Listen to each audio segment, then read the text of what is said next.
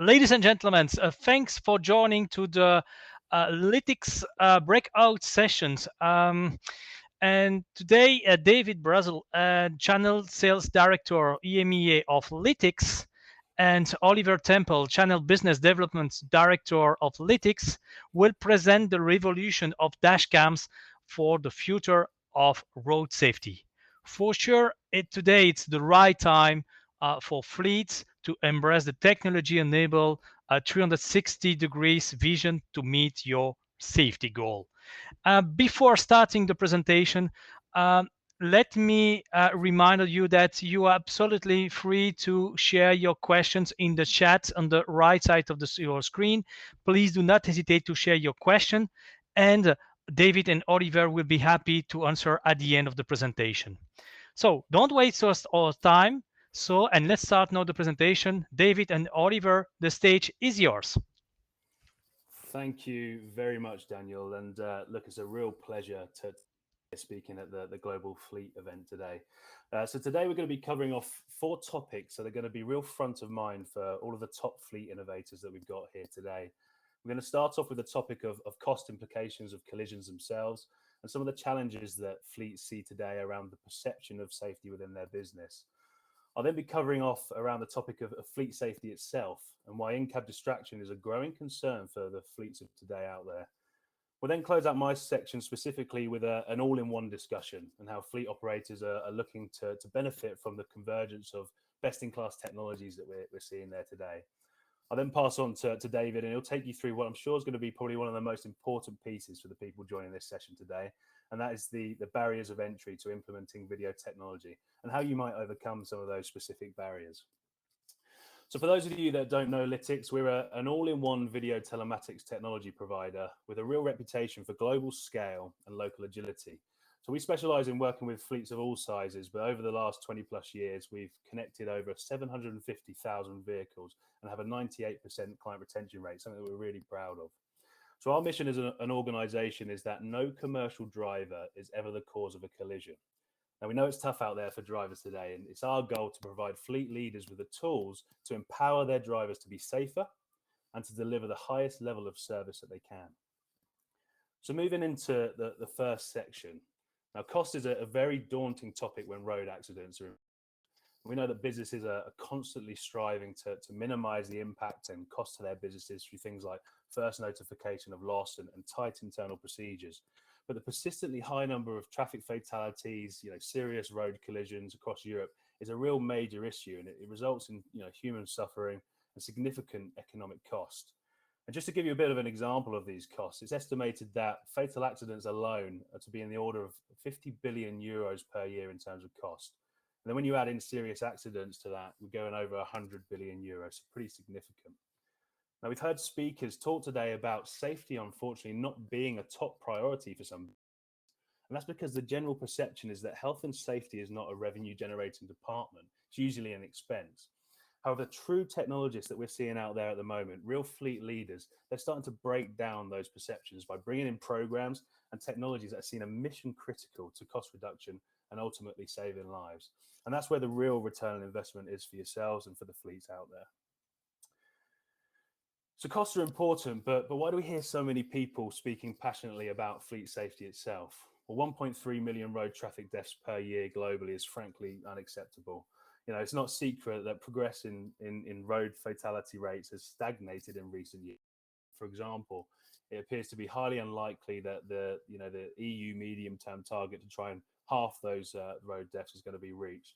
And even less progress over the years has been made in preventing serious injury. So there's still a problem there that we need to come together to try and. So when you peel back the data, you start to see that distraction itself has been found to be one of the major factors in up to 30% of the road crashes and collisions out there. Just an example of this is in recent years, Spanish authorities reported that speed and alcohol as its highest risk factor. So distraction of drivers as the highest risk factor.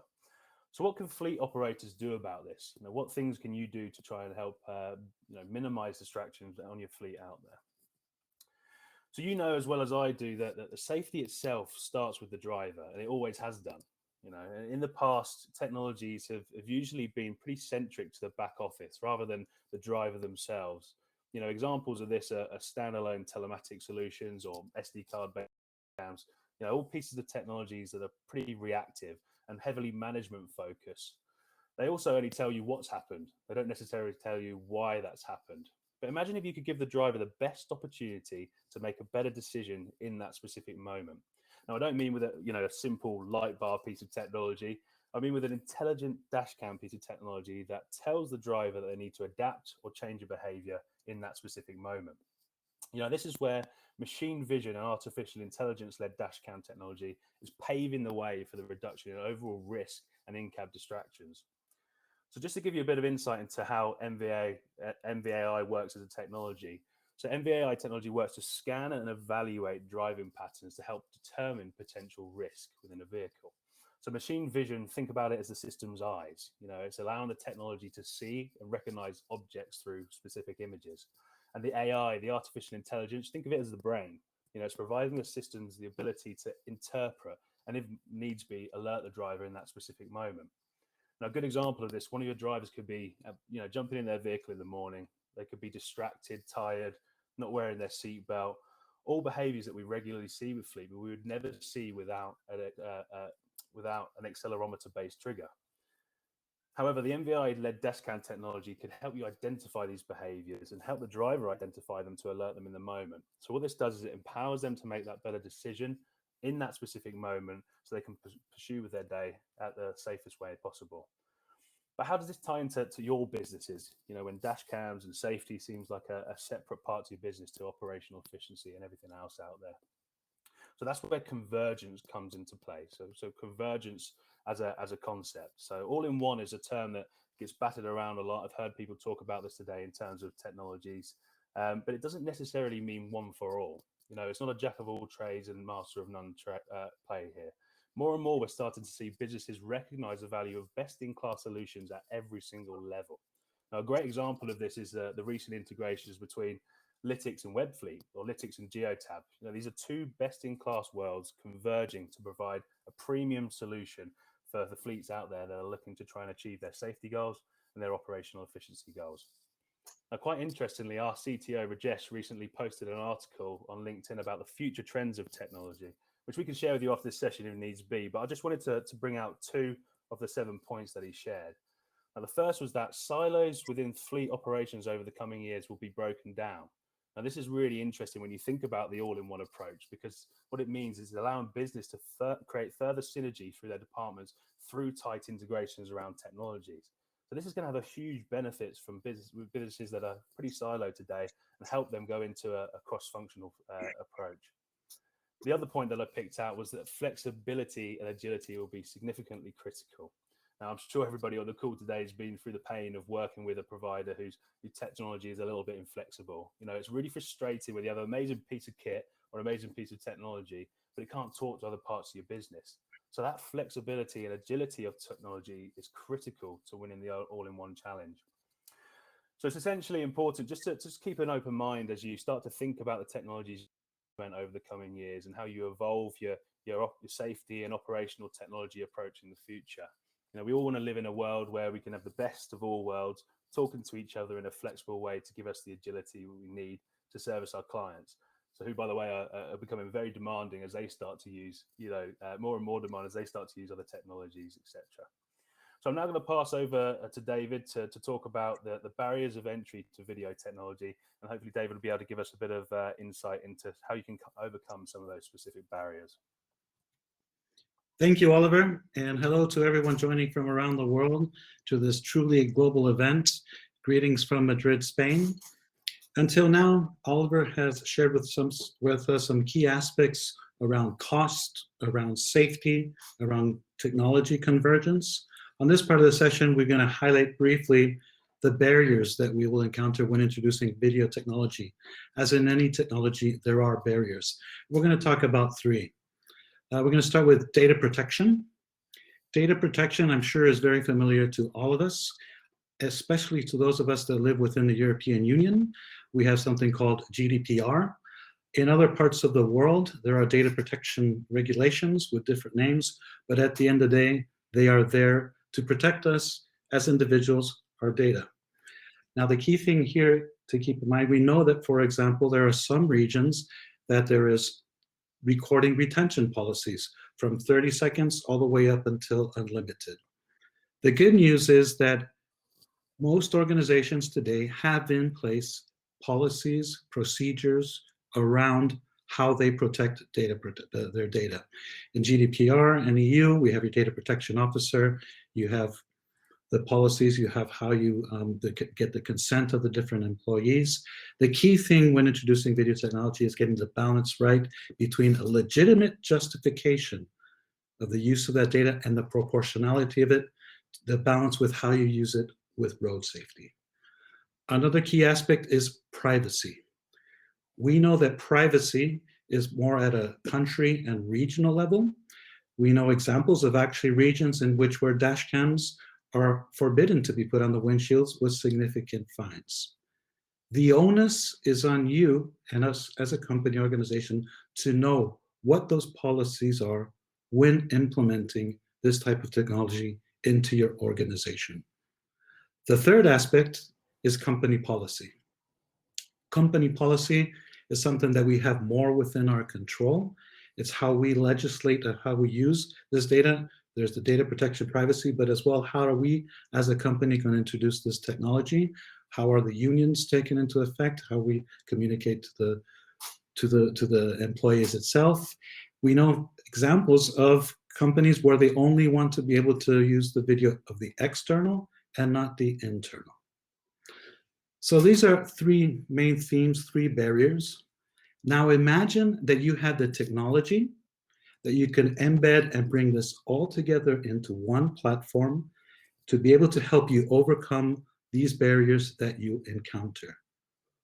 All these aspects revolve around configurability. You must demand from your video telematics, video technology provider, a solution that is configurable and all-in-one. And let me give you some examples of what this means when it comes to overcoming some of the barriers. For example, when it comes to the outside versus inside, we have in one device the possibility to turn off or turn on the outside or inward lens. Now, this is directly related to our machine vision and artificial intelligence technology. When actually, if you do decide to use and turn off the inside lens, you can use that as a sensor and only identify the behaviors around cell phone use, around no seatbelt, around food, around beverage, around smoking, and around distracted driving that actually warns the driver. And when it's not warned, it sends up to the cloud, only the event without the recording. Another one is not only technology, but you keep into mind we have privacy by design when we design the device itself. For out-of-hours privacy, for example, we know that the trucking and logistics sector, the truckers, they like to, when they take their break, they take a nap inside the cabin. Well, no one likes to be seen when they're looking in the cabin. So we actually have designed in which we have a cap that you can cover the lens during that period. When he finishes breaks, take it off. If he doesn't take it off, there are alarm systems. So this is all around giving you the power to be able to configurable settings to be able to apply compliance to these barriers that we talked before. Why does this matter? Very simple, because you are in the driver's seat, not the provider. So to summarize what we have been talking until now, we would like to give you a few key takeaways. We hope to have expressed during this brief session. First of all, that you can see dash cams are evolving. More than dash cams, they are more intelligent cameras. They're smart cameras. And it's up to you to get the best out of your investment when you're doing that research and how it will have the impact on your organization. We also believe that this convergence theme of technologies coming together, meaning one-to-one platform, is getting larger and larger. And we believe that those who do not look to integrate and or collaborate will be left behind. All-in-one does not mean one for all. You have different needs and different business. You need that flexibility around the technology that you're doing. And last but not least, the privacy-related aspects is crucial. When you come to implementing whatever region of the world you are in, take this into consideration. embrace it. Do not put it away, because it is there, and that's the only way that you're going to be able to knock down barriers of entry and change perception. So until now, we really appreciate this time that you guys spend with us. We wanted to share these key messages with you. If you want to interact with us, we're available now and through the day and through the evening, as well as whenever you like to reach out to us. Yeah. So back to you, Daniel. I'm sure we have a Q&A session now. I'm more than happy to answer the questions. Yeah, thank you. Thank you very much, Oliver. Thank you, David, for this very interesting presentation. I have a question from Steven Schultz, or Chief Editor. Is there a big difference across regions when it comes to the adoption of video telematics and dashcam implementations? I'll take that, Oliver, if you want. Or yeah, Take it. absolutely, there is a big difference. North America, our company is San Diego-based North American. We have more than 800,000 devices, most of those across North America. This is now a mainstream technology. When it comes to Europe, it is more in the early adopter stage. We are seeing more and more attraction towards this type of technology, because actually, when you position it correctly and when you have all the elements that we talked about from the barriers in place, this is actually road safety. So we are seeing it grow. It's a smaller market, but the growth rate is in double figure in the next few years, and we're seeing that grow as we go. In Latin America, the dash cams are used very much for security reasons, so there's much more different implementations. I think it depends at the end of the day, the use case. But yes, answering your question, there is a big difference, but we're seeing it being more and more adopted in these different regions, especially the regions until now had it on the side. Okay.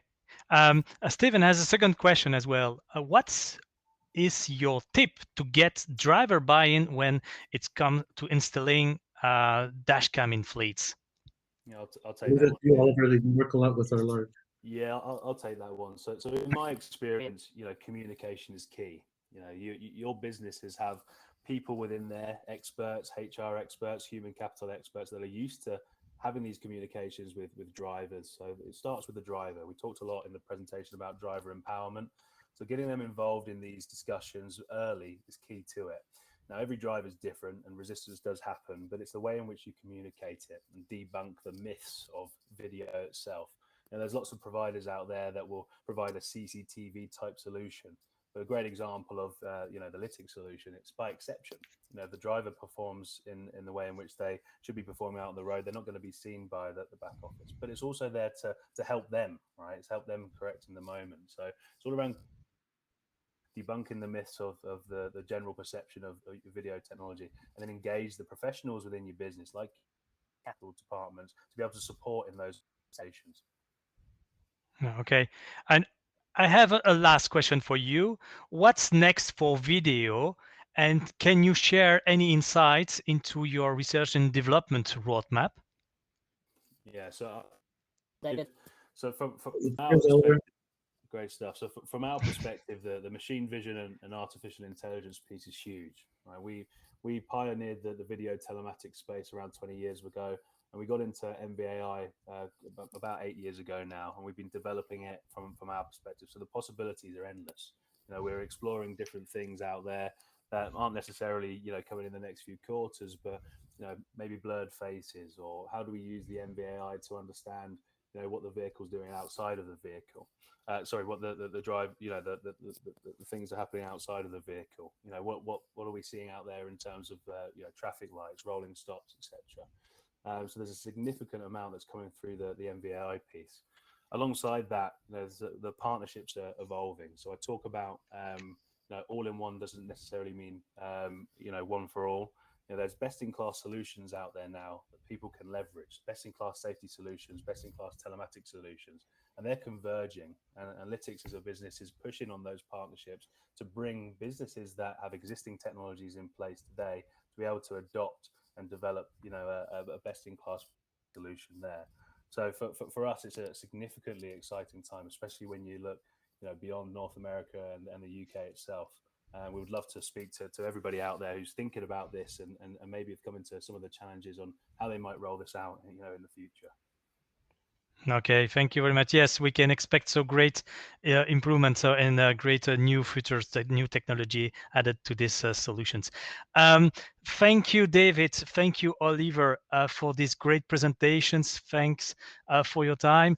And no, so we will close, of course, this presentation, this interesting session, and we're going to let all of participants to join now to the networking time. It's great for networking to meet people that you would like to meet. Of course, that's any new potential partners anyway. So so that's what I'm going to invite now right now, and after that, so we will come back. So after 10 minutes, we can come back to the main stage, of course. Thank you very much, guys. So keep in touch. Thank you very much. Bye bye.